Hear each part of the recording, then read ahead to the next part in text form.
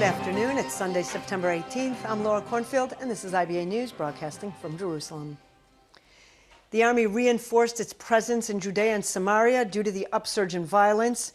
Earlier today, security forces arrested a young Palestinian woman armed with a knife near the community of Itamar in Samaria. In the past 48 hours, 6 terror attacks occurred, shattering the relative calm. Military and police officials expressed fears that violence will increase ahead of the upcoming festivals. IBA's Margot Dudkevich reports.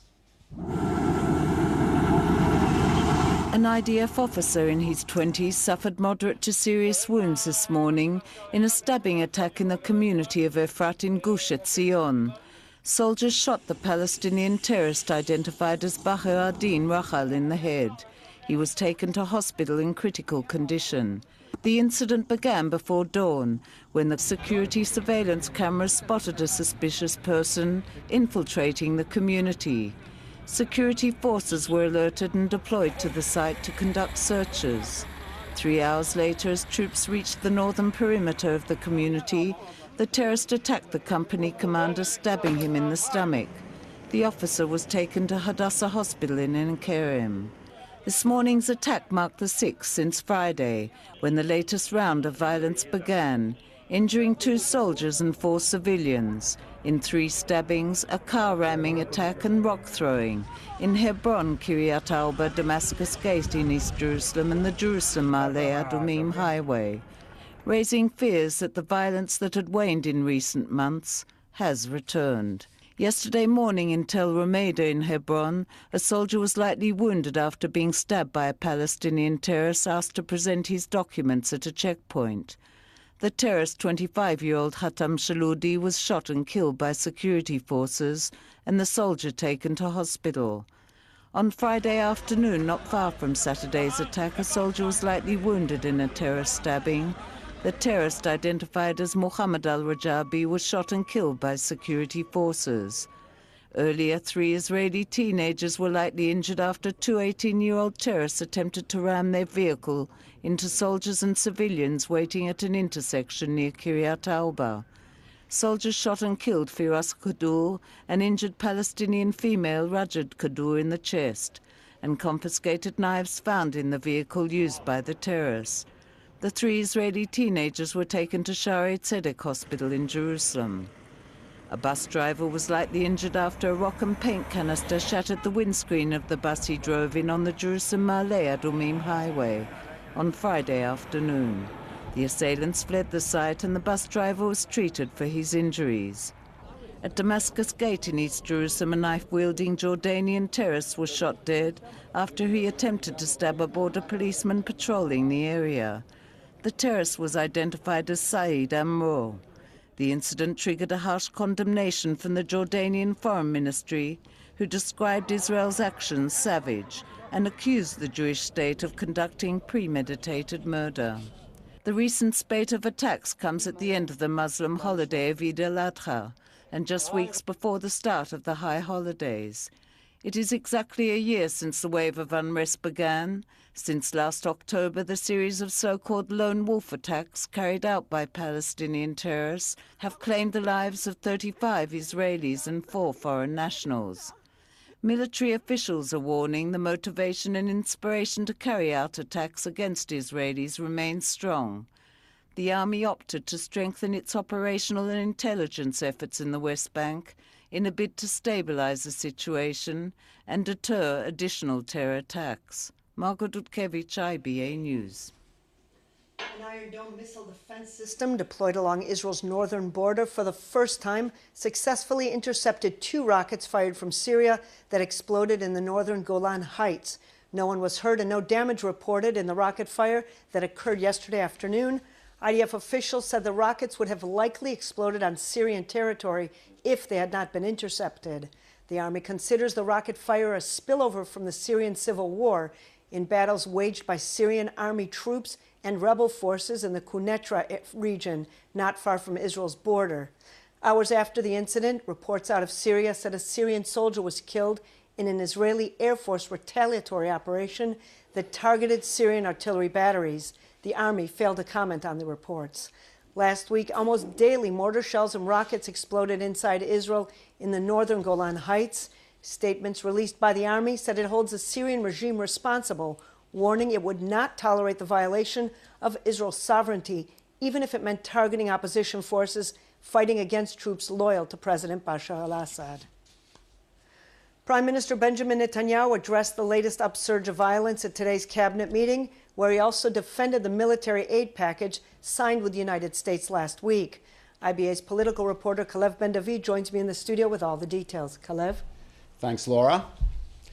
Prime Minister Netanyahu told his ministers that the threat of terror attacks could rise even higher as the country moves into the Jewish holiday season. Netanyahu said the army and police will boost their forces in the field, security personnel will be placed on higher alert, and the Prime Minister will consult with security chiefs over plans to stem the latest upsurge in violence.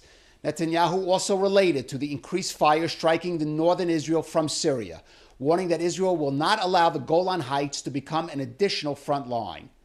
Turning to the military aid package with the United States, the Prime Minister rejected claims made by former Defense Minister Ehud Barak and others that a better deal could have been reached if Netanyahu had not unnecessarily antagonized the White House over such issues as the Iran nuclear agreement. The Prime Minister responded that at no time during the negotiations was it possible for Israel to get even $1 more than the $38 billion in aid over 10 years that was finalized last week, thus refuting Barak's claim that a $45 billion package was once on the table. Netanyahu called such assertions fabrications and falsehoods motivated by political interests. He stressed that this is the biggest American aid package ever granted to Israel, which he said expressed the deep and strong relationship between the countries. Netanyahu added that even questioning the agreement was a display of ingratitude toward the United States. Laura? Thanks, Kalev. Palestinian President Mahmoud Abbas described those who carry out the lone wolf attacks against Israelis as martyrs and youth who have lost hope. Speaking today at the summit of the non-aligned movement in Venezuela, Abbas made no reference to the weekend terror attacks, but emphasized that the Palestinian Authority condemns terror of all forms. Those who opt to perpetrate attacks do so at their own initiative. While the Palestinian leader called for acts of peaceful popular resistance against Israel, at the same time he declared that the hands of the Palestinians are extended for peace.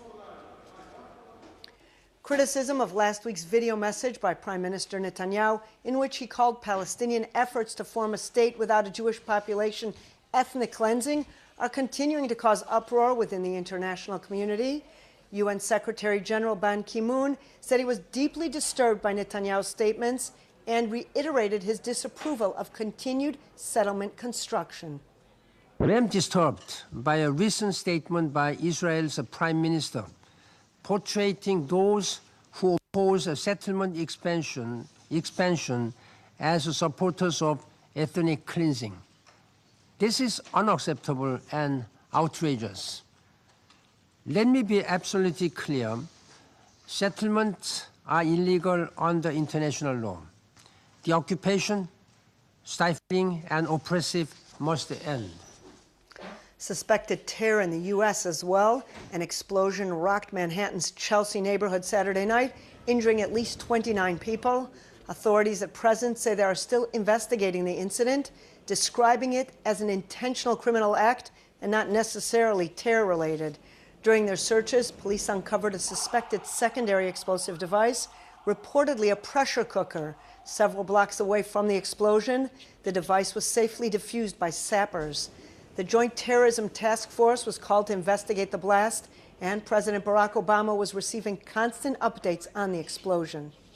I want to say more broadly, there is no specific and credible threat against New York City at this point in time from any terror organization. So as we are analyzing what happened here, we are doing it against the backdrop where we have no credible and specific threat at this moment. But we do want to be very clear. The early indications, the initial indications is this was an intentional act. We're going to have a lot more to say in the coming hours as we have more detailed analysis, but we believe at this point in time this was an intentional act. Meanwhile, in Minnesota, police are looking into the possibility of yet another terror-related attack. This after a knife-wielding person carried out a stabbing attack at the St. Cloud shopping center, injuring at least 8 people.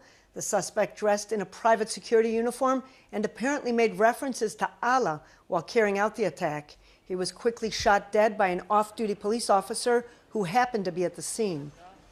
That individual made some references to Allah, and we have confirmed that he asked at least one person if they were Muslim before he assaulted them. We do know that there were approximately 8 people transported to the St. Cloud Hospital with non-life-threatening injuries. That suspect was confronted by an off-duty police officer and summarily shot and killed.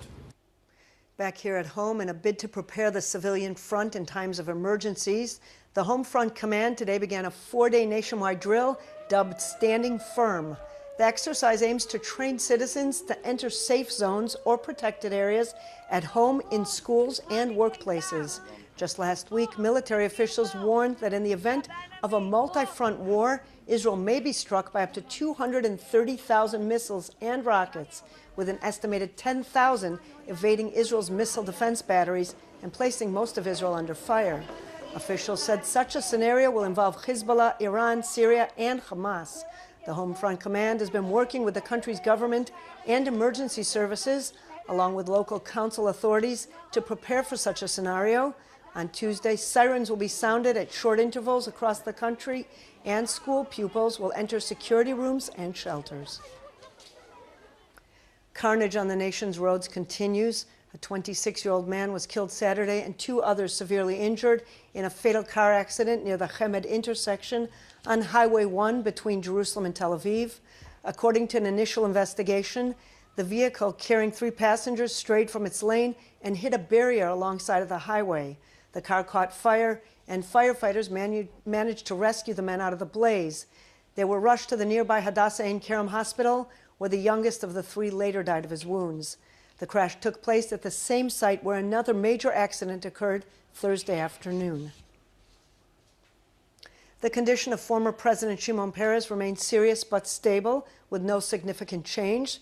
The 93-year-old veteran statesman, who suffered a massive stroke Tuesday night, underwent an additional CT scan this morning, which showed there was no deterioration in his condition. Following the scan, his doctors decided to gradually reduce the sedation with the aim of slowly removing him from the respirator. Last night, President Reuven Rivlin visited the Peres family at the Sheba Medical Center at Tel HaShomer, calling his predecessor a hero of Israel. I would like to thank all the leaders and all the people all around the world for asking for the best recovery of our 9th President, Shimon Peres. Shimon Peres is a hero for Israel and for many other peoples all around the world. Police this morning arrested more than 20 members and activists of the Israeli Arab party Balad as part of an investigation into suspicions the party concealed the origin of millions of shekels in donations.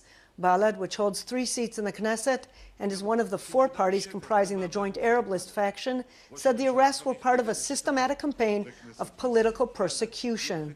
Police raided offices belonging to the party and said suspects arrested also included lawyers and accountants. The investigation into the party's activities received the approval of the Attorney General after a state comptroller's report raised suspicions. It's Sunday, and here are 5 good news stories that may give you reason to smile as we kick off the start of a new week. A standing ovation for Israeli filmmaker Joseph Cedar, who premiered his latest film last week at the Toronto International Film Festival. The movie, called Norman, The Moderate Rise and Tragic Fall of a New York Fixer, is rapidly acquiring widespread recognition. Israeli maker of cloud-based secure networks, Cato Networks, has successfully raised $30 million in funding, opening its services to the global market. A record number of 5,500 lone soldiers were treated to a one-of-a-kind fun day at the Shfaim Water Park, sponsored by the Friends of the IDF, enabling the troops to enjoy some leisure entertainment and rest from their daily routines. An Israeli company has developed a safe shoot, a system that can be affixed to any weapon to prevent incidents of friendly fire. The system automatically alerts weapon operators as well as forces under threat with a buzzer or a red light. It is expected to become operational within a year. And finally, double the pride. Israeli judoka Olympic bronze medalist Yarden Jerby auctioned her signed Olympic uniform name tag, raising over $50,000 to support children suffering from cancer at the Dana Children's Hospital in Tel Aviv. In local finance, with no currency trading on Sundays, the shekel remains the same, while share prices on the Tel Aviv Stock Exchange were up. Here's a look at the numbers.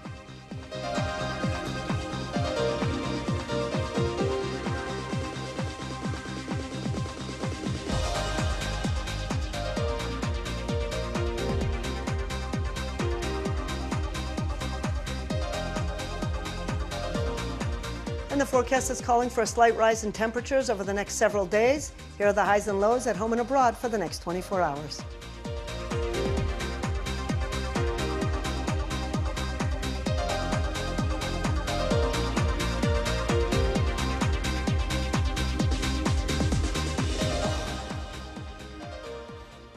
And that's all for this newscast. Please join us again tomorrow, same time, same channel, when Ari O'Sullivan will be back at this desk. I'm Laura Cornfield, wishing you a good evening and shalom from Jerusalem.